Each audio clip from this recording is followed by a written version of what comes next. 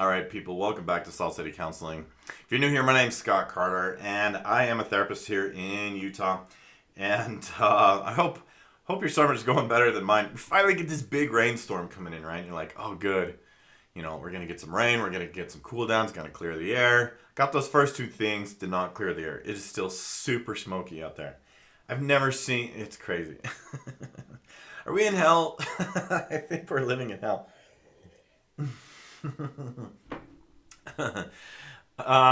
What is this video about? Oh yeah. Okay. I've actually tried to make this video more than once. I didn't. And when I've gone back and watched the videos, I'm like, yeah, I'm still not saying exactly what I want to say. And so obviously, I keep trying to record this video because I feel like it's an important topic. I'm gonna basically two prongs here. Number one is I'm just gonna say it. Moms with borderline personality disorder. I have really struggled lately to see how verbally, especially verbally, sometimes physically abusive these moms are. And I tend to believe that during the whole COVID thing, the sort of in the spring-ish of 2020, when, a lot of this started going down, I really feel like that's when I started to see some of these high conflict borderline moms, that their high conflict and their craziness, their chaos, that's the word I'll use, their chaos, it's turned up to 11. So if you, what do you think? Comment below. Have you noticed this? If you have a high conflict ex, if you have an ex and they're the mother of your children, and you feel like in the last year and a half or so, their chaos is ramped up to 11. I'd be curious. I'd be curious to get some feedback. Maybe comment below if you agree, if you have kind of seen this. And frankly, the verbal and psychological abuse that these moms enact on their children is profoundly disturbing. And, from my standpoint, one of the thing I hate most about being a therapist is having a front row seat to child abuse and not being able to do a damn thing about it. And Child Protective Services, I'm sorry, they have a hard job. They're incompetent. They just are. That's the truth of it, folks. And I can rarely depend on them to see through the manipulation. Borderline moms will, and I believe in their minds they're telling the truth. What you have to understand about borderline, right? So this is probably a whole separate video. I'm doing a whole slew of borderline videos today. I can tell already. But one of the reasons why they lie is it's almost like a separate individual sitting in the driver's seat, man. And so one of them will do one thing, and then another one will get in the driver's seat and they'll go, oh, I didn't do that. And in their minds, I'm telling the truth, right? Because they actually may have this different personality of sorts now in the driver's seat that didn't do that thing. But when we look at the individual, it appears that they're just lying. And so I have seen the things that they say to these kids, it is disturbing. Things that they do to these kids, it is so disturbing. Borderline moms are if I were to categorize any mental illness that is guilty of child abuse more than any other, it's borderline or narcissistic personality disorder by far. And so what this video really is about, though, I'm not here to just sit here and say, oh, do you have borderline? Stop abusing your children. I mean, I kind of want to, but we all know that wouldn't do any good. Seriously, though, if it did, I would look straight in the camera, just like this, and say, seriously, I know you're doing it. Stop it. No, I'm not. And there's always those viewers that watch this, and they either don't believe that they do, or they honestly don't. There are those that honestly don't verbally, mentally, and emotionally abuse their children, but they will make it sound like, well, I don't do that, so therefore you are completely wrong about everything now, and that black and white thinking kicks in. And frankly, a lot of them will say, I have borderline and I don't abuse my children, and yeah, you probably might be. That's just the truth. I'm not trying to be harsh.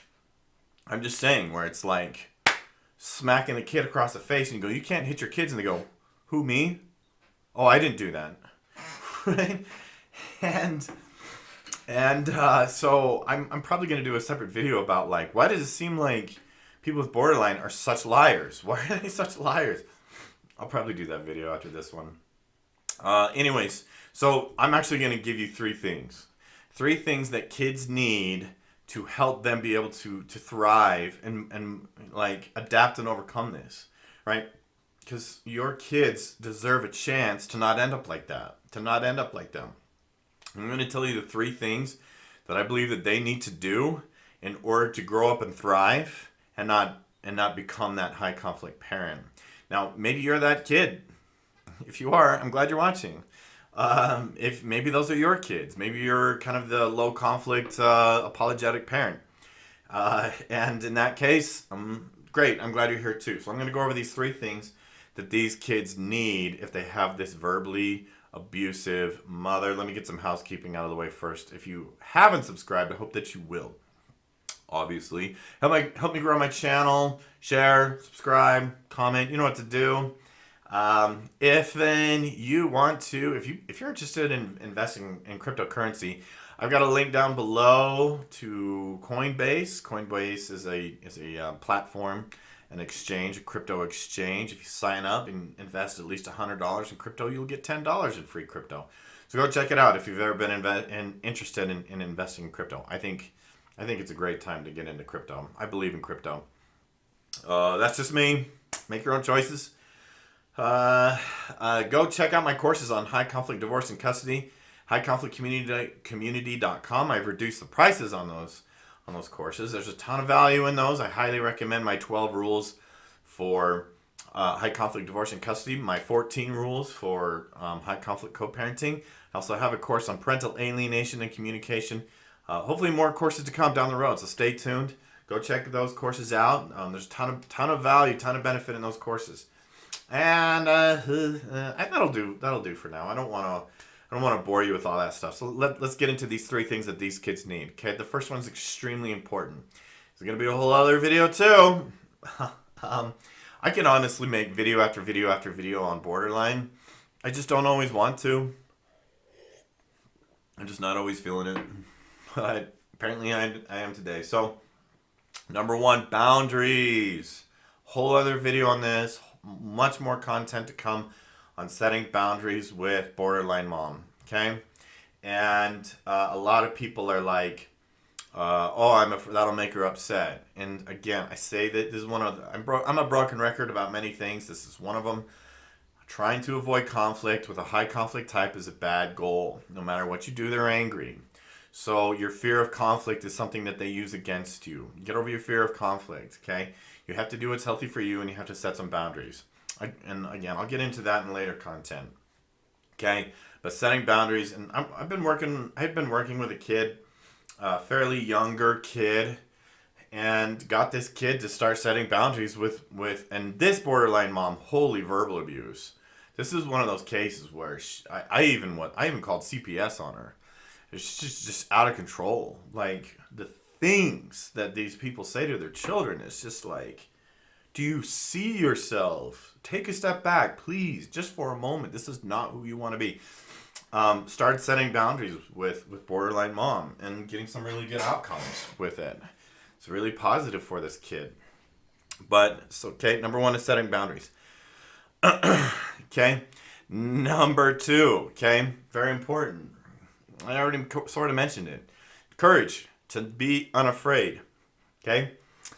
I'm a broken record about this too. If they know you're afraid of them, if they know you're afraid of conflict, if they know you're afraid of certain threats, they can smell it. They can feel it. They can tell when you're afraid of something, and they will push that button all day as long as it gives them power, as long as it gives them control, as long as it enables them to manipulate.